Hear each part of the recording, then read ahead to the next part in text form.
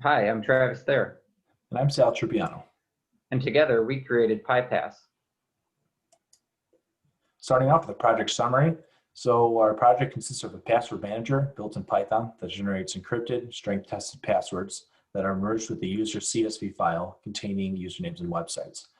This completed credential dictionary is stored in a database that is accessible using two-factor authentication with removable media. Our supported operating systems include Windows, Mac OS, and Linux, so any computer that can run Python can run this application. Our languages and technologies, we developed this in Python 3, and we use the SQL language to query our SQLite database, which stores our complete credential dictionary, and that consists of usernames, websites, and encrypted passwords. Thanks, Sal. Project key features. Number 1, accepts a CSV file of usernames and websites created by the user. It's formatted username, website. Our project generates and appends encrypted passwords for each row in the CSV file with the following specifications. The first is an AES 128-bit encryption secured with a private key encoded in base 32. The application stores the private key in a user-defined removable media device for two-factor authentication. The user defines the following password specifications. First, a length, which is a minimum of 8 characters. Second, use of symbols and ambiguous characters. Next, randomly generated passwords are strength tested. A regular expression is used to define minimum requirements and enforce password diversity. Passwords must have at least one symbol or ambiguous character, a digit, lowercase, and uppercase letter, a password length of at least 8 characters. Next, the application stores data from the CSV, complete with the encrypted passwords, into a SQLite database. It then displays the complete dictionary to the user, which is done using SQL queries to decrypt the passwords. All input is validated. This includes file paths and password specifications. Now for our background story. This is the user story for our project. So this starts with a user who has been recently hacked, and they are tasked with the requirement of changing all of their passwords to secure ones. Now, following the advice of security professionals, they desire all of their passwords to be different and secure, complex at the same time. With little time and skill, the user needs a way to create these passwords quickly and securely. They open Excel and create a list of all the website addresses and usernames they use, and they save it as a CSV file. They then launch PyPass Password Manager. They are then prompted to specify a removable media path to store the encryption key for two-factor authentication. The user opts to create a credential dictionary. After they specify where their username and website CSV file is stored on the computer. The program prompts the user for the length of each password, whether they want special characters, and whether or not to use ambiguous characters. The passwords are generated, encrypted using the key, and added to each row of the CSV file. Each row of the CSV file is stored in the SQLite database. The user then chooses to view the credential dictionary. The application decrypts the password in the database and displays the credential dictionary, which consists of the username, website, and associated password in each row, to the user. The user can also change the path to the removable media that holds the encryption key, and they can also clear the password database of any entries for security concerns. Next, we're going to talk about the modules. The first module we will talk about is cryptography. This module is used to encrypt and decrypt passwords and create a private key for encryption and decryption. The methods we created using this module include encrypt passwords, generate key, and load key. The next module we used is used to generate random passwords, add ambiguous characters and/or symbols, strength test the passwords, and encrypt each password. These methods using this module include generate passwords, generate password, add ambiguous characters, and add symbols. The next module is regular expression module. This is used to create the password strength with the specified user requirements. Validate password strength is the method we had created using this module. The next module is platform. We use this to get the operating system of the user to build the file paths with the proper separators. This ensures OS cross-compatibility. The next module was a SQLite 3. This was used to create, connect, and interact with our SQLite database, which holds the password dictionary of the user, usernames, website, passwords. These methods include create connection, create table, create credentials, select all credentials, clear password DB, and the main method. Some more modules we have. We have turn color. Now this module generates colored and formatted output in the terminal. We use this module to make our error messages print in red and boldface, and we make our warnings print in yellow and information prints in green, etc. We use the JSON module to read and write from a global project configuration file that holds the user-defined path for the removable media. And now this information saves outside of runtime. So every time they run the program, all they have to do is just have the removable media connected, and then the project will automatically map to it. Pathlib, this converts the string of a file path inputted by the user to a path object. And now this allows us to use the exists method to check whether the file path is valid or not. Also, whether it exists on the system or not. The CSV module, we use that to read in CSV file rows of the username and website from the user inputted file for password generation. We use the OS module to remove the password_list.bin file from the project directory after the encrypted passwords and user data are stored in the SQLite database. And we use the sys module to properly quit the program, and so it's interpreter independent. The next topic we will cover includes challenges. The first challenge we encountered was calling and passing data between functions in different programs, causing circular import errors. The second challenge we had encountered was when we were converting between data types. This included binary, string, and int. The next challenge we had faced was when we were creating the credential dictionary. This was when we were managing encryption/decryption and the merge of username/website list with generated passwords.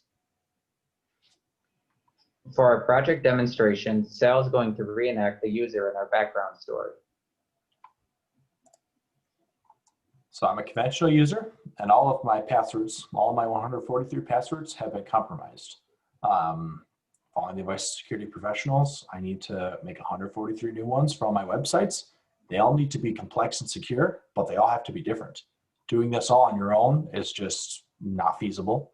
We're going to use our project PyPass to do this for us. Okay, so now we're in our terminal and we're in the project directory. All we have to do to launch the project is to launch it with Python 3. Main.py is our main method. And we see it brings us to the PyPass introduction. And it asks on the first run, it asks for the path to the removable media that's going to store our two-factor encryption key. And this only happens on the first run. So all the user has to do is type in the path to their disk, to the removable disk. This is my real path. If I get rid of some of these letters, it's going to validate the path and say that path doesn't exist. Now I'm going to type the full path in, and here we go. You can see that it set this path and it sets it in the JSON file. So it brings me with the main menu, manage credential dictionary, modify removable media path, which is the thing I just saved, and exit. So we're going to pick option 1. And this is our sub menu for the credential dictionary. So I'm going to create a credential dictionary. And you can see it gives the user instructions that says they have to create and save a CSV file that contains usernames and websites in that order. So username, comma, website. If they're appending to an existing credential directory dictionary, which is option 1, then the CSV file should contain usernames and websites that have new entries, not your old CSV file. So since we're creating a credential dictionary, we have to delete whatever's in the database. It's going to give you a confirmation. I'm going to say yes. It'll tell me that's been cleared. Now they want the full path with the file name that contains our CSV file of usernames and websites. And so this, you can either type in a file path, or in our case, we have user.csv. All right, here is a CSV file. This is an example of a file of what the user would type up in Excel. We've got our usernames in the first column. websites in the second column, and our program is going to append encrypted passwords in column C. So the user now has to type in the fully qualified path to the CSV file, or if it's in the current working directory of the project, just the file name. So the file name is user.csv. I'm going to type user5.csv. It's going to error out and say there's no such file. So I have to type a correct name. This is more examples of our very thorough error checking in this project. User.csv. It'll recognize that as a valid CSV file. It's going to generate the secret key on our removable media. And now it's going to ask me some questions about the password complexity. So I'm going to say I want my passwords to be 15 characters in length. I want to use symbols. I'd like to use ambiguous characters. And here we go. So it says it accepted 5 passwords and it rejected 2.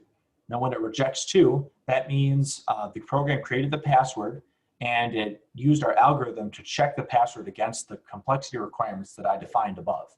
And if the password does not meet any of these complexity requirements, according to our regular expression, the password is rejected and the program has to generate another one until it meets these length and complexity requirements. So now these have been added to the CSV file and all the data has been moved into our SQLite database. So let's view it. So we're going to manage credential dictionary and we're going to select option 3 to view. And here we go. All the content in our CSV file is right here. And this is these are the decrypted passwords. So what this did was it reached out to the database and decrypted all these passwords for us to view. And these passwords aren't stored on the system. And so once the program stops executing, this data is gone. The next feature we're going to show you is adding to an existing dictionary.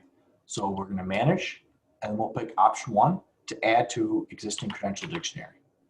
It's going to ask us for the path to the CSV file as it did before. I'm going to pull up this CSV file, which is user2.csv.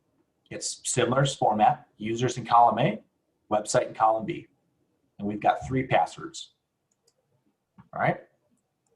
I'm going to say user1.csv.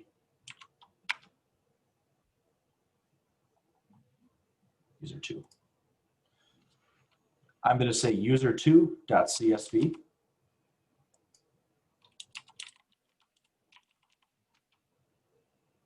All right, and then we're going to do the same steps again. We're going to say we want this to be, let's say 20 characters. Why not?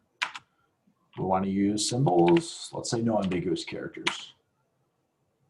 All right, we can see that it made 3 passwords that tested positive for length requirements and complexity requirements, and 0 were rejected, which is great. And so now let's view it again using the same steps I outlined before. And here are our 3 passwords from user2.csv. And now remember, all of these passwords were encrypted and decrypted using the same security key that's stored on my removable media. Now, let's say this drive goes bad or whatever, this removable drive, or I want to use a different flash drive for removable media. Changing that path is very easy for the user to do. So they're going to select option 2 in the main menu to modify the path. And now they have to either enter the drive letter if you're on Windows or a fully qualified mount path if you're on Mac OS or Linux. So I can really just enter in any path. Let's say users, let's put in my home directory. And then it changed right there. The last thing a user might want to do is to clear the database altogether for security reasons, if they don't want anything lingering around, or for portability, if they want to move the project to another computer and they want their data to be gone from here. So let's select the first option, manage credential dictionary, and then option 4 is clear. And this sends a delete statement to our SQLite database that clears all entries in the table. It's going to confirm with me that I want to do this because once you select yes, you cannot go back. And then it's been cleared. And then the user can select 3 to exit the program. Thank you very much for your time. That was the end of our project demonstration. Once again, I am Travis Thayer. And I'm Sal. And we hope you enjoy the rest of your day. Thank you.